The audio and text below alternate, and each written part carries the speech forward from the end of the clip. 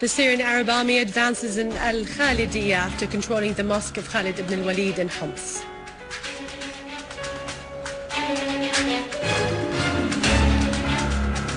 The Minister of Information says that the criminals who committed the massacre of al-Assal and their supporters will pay a very high price. The victims of the clashes of the last 2 days between the Muslim Brothers and the Egyptian security forces rise to 80 dead and nearly 800 wounded.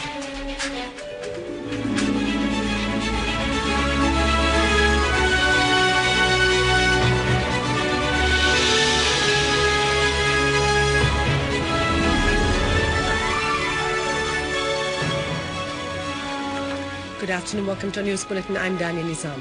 The Syrian Arab army made important achievements in al-Khalidiyya quarter in Homs, where the terrorists who carried out sabotage activities in the mosque of Khalid ibn al-Walid were fully defeated. The army controlled the area around the mosque and defused many explosive devices and killed the terrorists who planted them in the buildings nearby.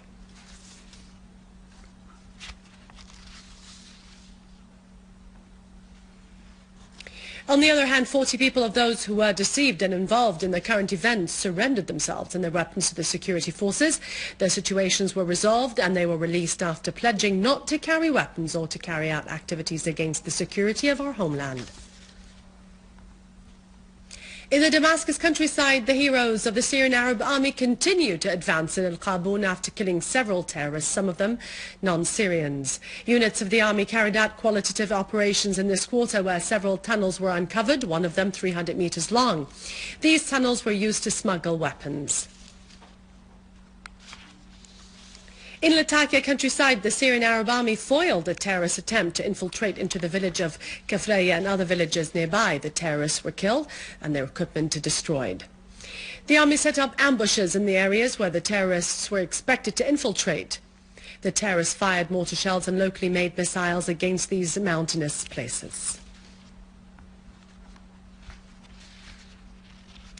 The Syrian Arab army targeted hideouts for the terrorists of the Jabhat al-Nusra in several villages in the northern countryside of Lattakia, killing and wounding many terrorists and destroying their equipment.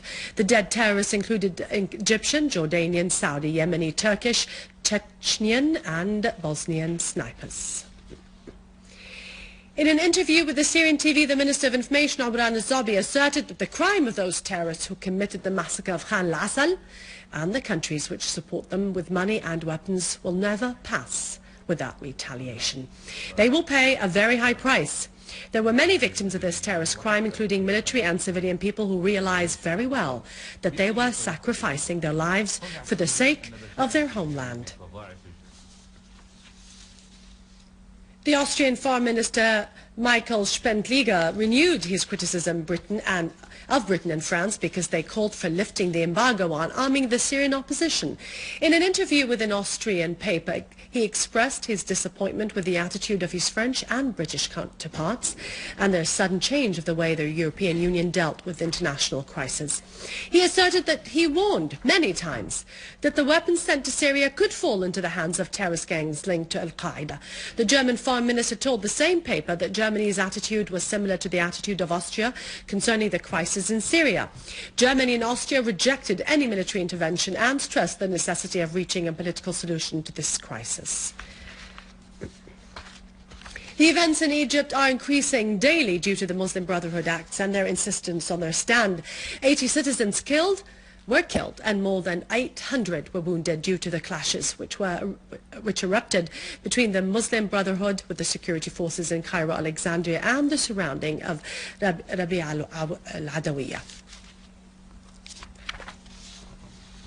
Heavy clashes erupted also today, including damaging cars and shooting gunfire between a number of the Muslim Brotherhood and civilians in several areas in Cairo and Port Said.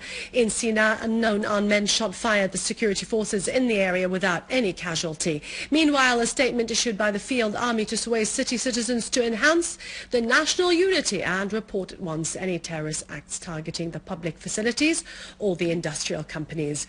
On the other hand, the Egyptian El Dastur newspaper published in an article the terrorists' plan, which started to be implemented by the Muslim Brotherhood in accordance to the recommendations agreed upon in the conference held in Istanbul 2 weeks earlier, where they started their terrorist acts in spreading chaos using fugitives who have been released by Morsi. The paper considered the greatest danger coming from transforming Rabia al-Adawiya area to a terrorist den, as this area is difficult to be entered due to the media investigation cameras spreading in that area, which are supporting those criminals. In Tunisia, the protests escalated against the assassination of the opposition politician Mohammed Brahimi last Thursday. The opposition continued to organize meetings and demonstrations calling for the dismissal of the Tunisian government.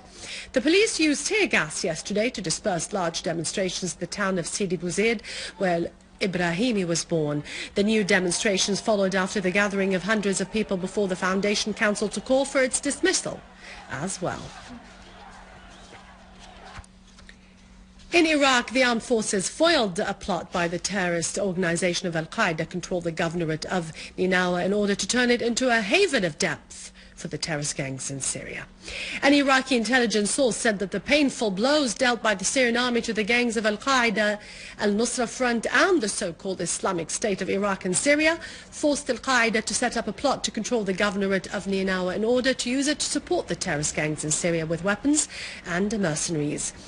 The operations of the Iraqi army and security forces led to the capture of hideouts and weapons stores, in addition to the detention of 46 terrorists.